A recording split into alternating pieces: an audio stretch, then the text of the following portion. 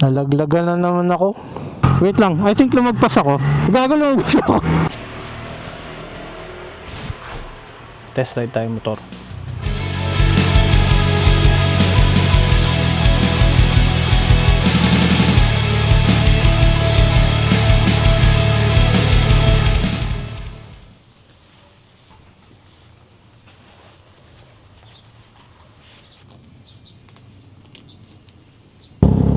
Okay, tayo po. Let's go!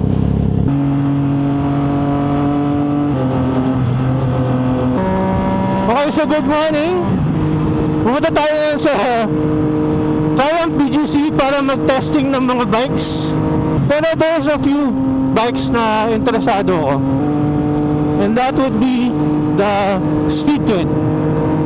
So the Speed Twin is a twin cylinder 900.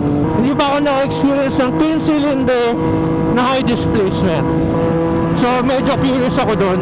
And kasi parang doon nakilala kasi si Triumph diba? Doon sa Speed Twins nila, sa mga Bonneville, mga T120, diba?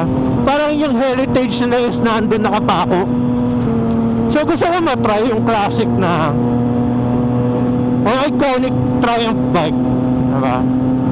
The main reason kaya ako gusto mag-test ride ngayon is because may gusto akong i-try na bike talaga.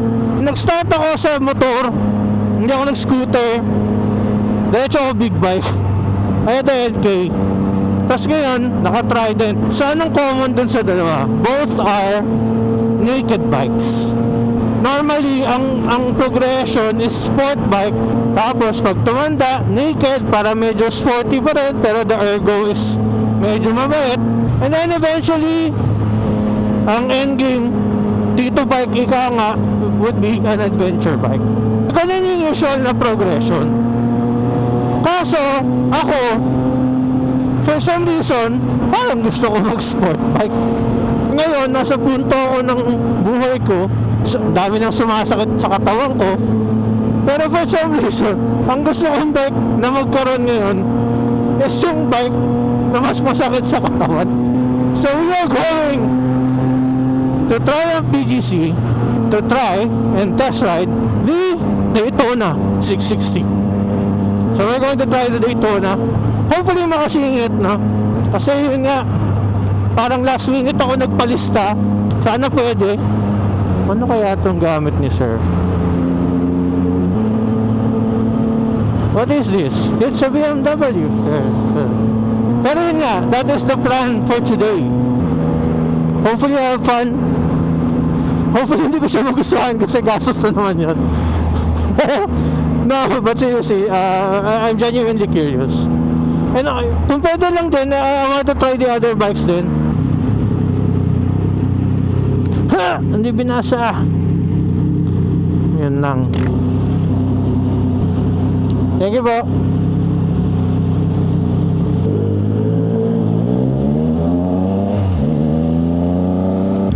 Ang pwesto ba nila ay unironically near the British School of Manila. Dahil sila ay British brand. Mukhang malapit nga siya sa British School. Ah, ito pala.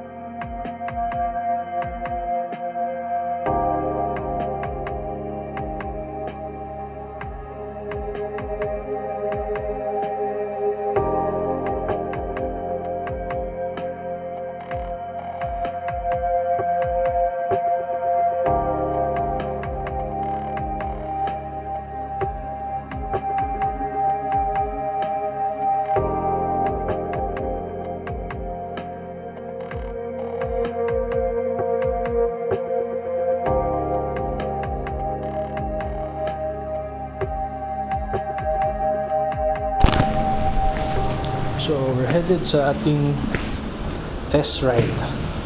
So, apparently, dalawang bikes lang ang pwede. So, in that case, we're gonna go for the Daytona and the Speed Twin.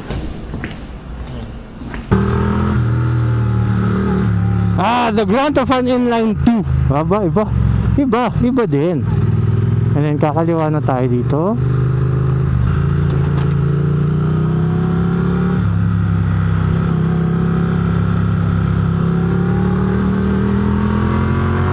Wait, ayusin natin. Iba pa rin yung sibat. Inline 2 supposed to be torquier and also, well, 900cc. See? Iba sa sibat. Oh, this is fun. Oh, sarap gamitin.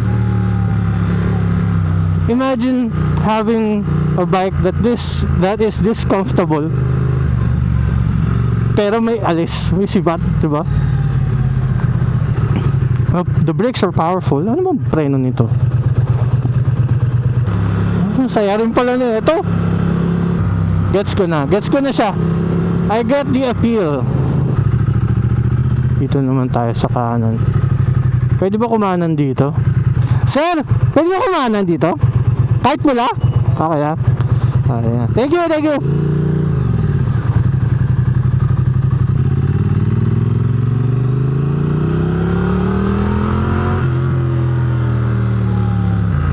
That was fun.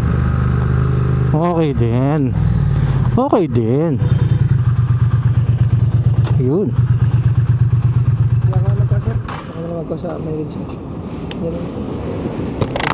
Oh, naka-apat na kilometer. Oo, naka-apat ka. Magkano yan, G's? Magkano sa jeep yan? Ha? Magkano sa jeep yan? Ano ba ibang, ikaw ang nagdala nito ngayon, di ba? Apa? Hindi itong na, para matapos ka na. Pwede naman, baka may nauna, wala naman. In-adjust ko yung clutch kasi kanina, pag nabitawan mo siya na medyo maga sa may sibat. Kaya ano ako dyan, pero in-adjust ko na. Okay. Dagdagan mo ng limit. Pwede ba iuwi ko muna ng Muntinlupa to? Sir? Iuwi ko muna ng Muntinlupa. Andiyan naman yung Trident ko eh. Bago pa, sir, oh? Andiyan naman yung Trident ko. Palit muna. Dito lang muna dito. Okay, diretso na tayo.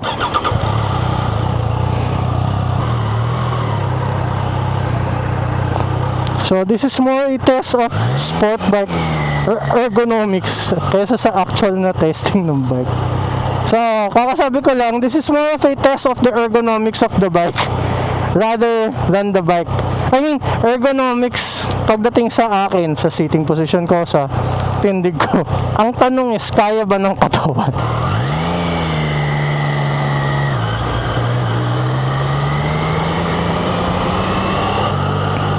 Ang baba. Or David Buto, ganito lang siya talaga. So comment, may delay pa rin ba sa throttle? May delay pa rin sa throttle. Lesser delay, definitely. Lesser delay compared sa road mode. Or at least sa road mode ng Trident ko. Nakatry na ako ng ibang ride-by-wire na bike. Yun, wala talagang delay eh. Kung meron lang very minimal. Ito kasi, although sport mode, minimal ang delay, meron pa rin. Now, if you're a Trident owner na naiirita ka sa delay ng throttle and you would like to upgrade to the one na may sport mode, I would say, parang not worth it. Kasi hindi ganun kalaki yung difference niya. Sa mga grupo sa Trident group, if you want to upgrade your Trident to a Trident na naka-sport mode, parang it's not worth it. Now, as for the ride or the ergo, ewan ko, mabait pa nga ito eh, nakataas yung clip-ons. Usually yung mga, sa mga or super sports, nasa baba yung clip-ons. Tsaka yung rear sets, medyo nakaangat na sa paatras pa. This is as kind as they get in terms of ergo.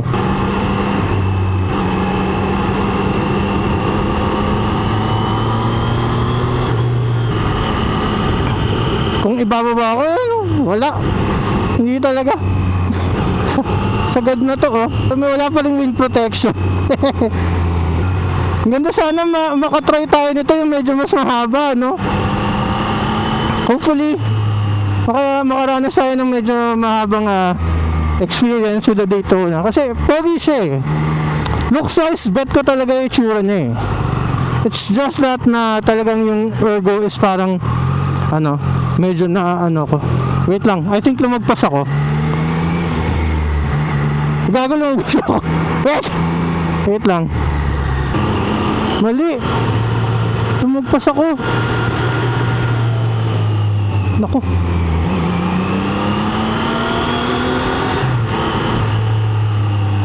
Wala, hindi ko po sinasadya. I'm so sorry. Hindi ko talaga sinasadya yun.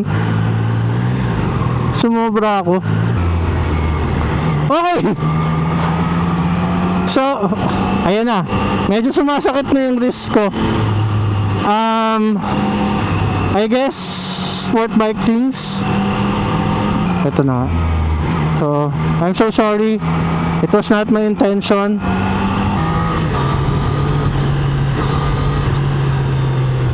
This is very Trident-ish. Hindi malayo yung performance niya. Of course, the response. Ayun, oh. Meron pa rin. There's still delay. Meron pa rin, oh. Diba? Kung throttle yan, instant eh. I mean, kung cable actuated yan, instant eh. Pero ito may delay pa rin. Pero at least it's more responsive kesa sa road. I would say that. Anyway, ayun na. Masensya po, Triumph BGC, hindi ko po sinasadya lumagpas. Honest mistake. Hindi dahil gusto ko talaga i-try yung Daytona. But, ayun nga. Pasok na nga natin. Pahalan niya.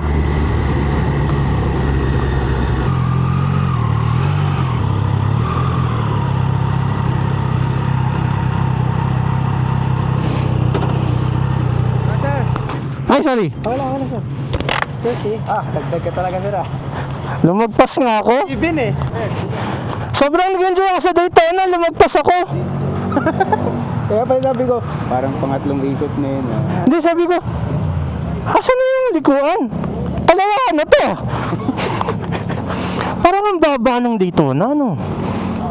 Hindi, halos same type ng yan, Trident. Hindi, I mean yung kasi nakayuko ako. Oo. Mas, Andito pa yung windscreen eh.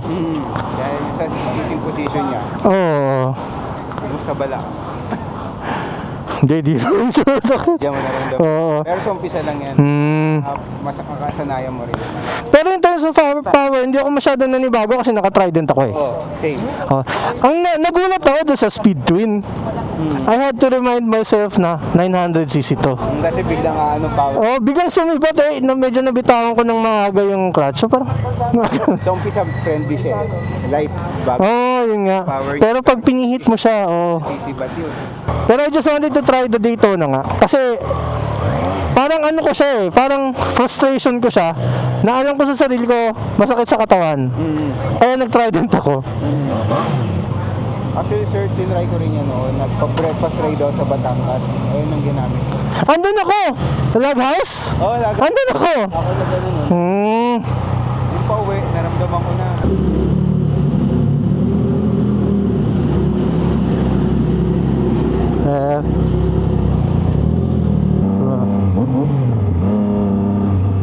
Yung mga kasabay natin sa test ride. Anyway, ayun nga, we just finished trying out the different Triumph bikes, or at least two of the Triumph bikes they are offering a demo today. A Daytona 660, which is basically the sport version of this bike, and the Speed Twin. Doon sa Daytona, honestly, in terms of performance ng engine, it's basically this. Pero your ergonomics is going to be much more aggressive. Mas masakit sa likod, basically, sa wrists. But the power is basically the same. Obviously, naka-stock exhaust yun, so medyo tahimik, di ganun kaganda yung tunog.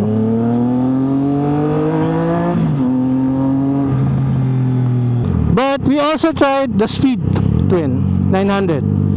'It's very approachable, very classic look. Ang pogi. Very classic.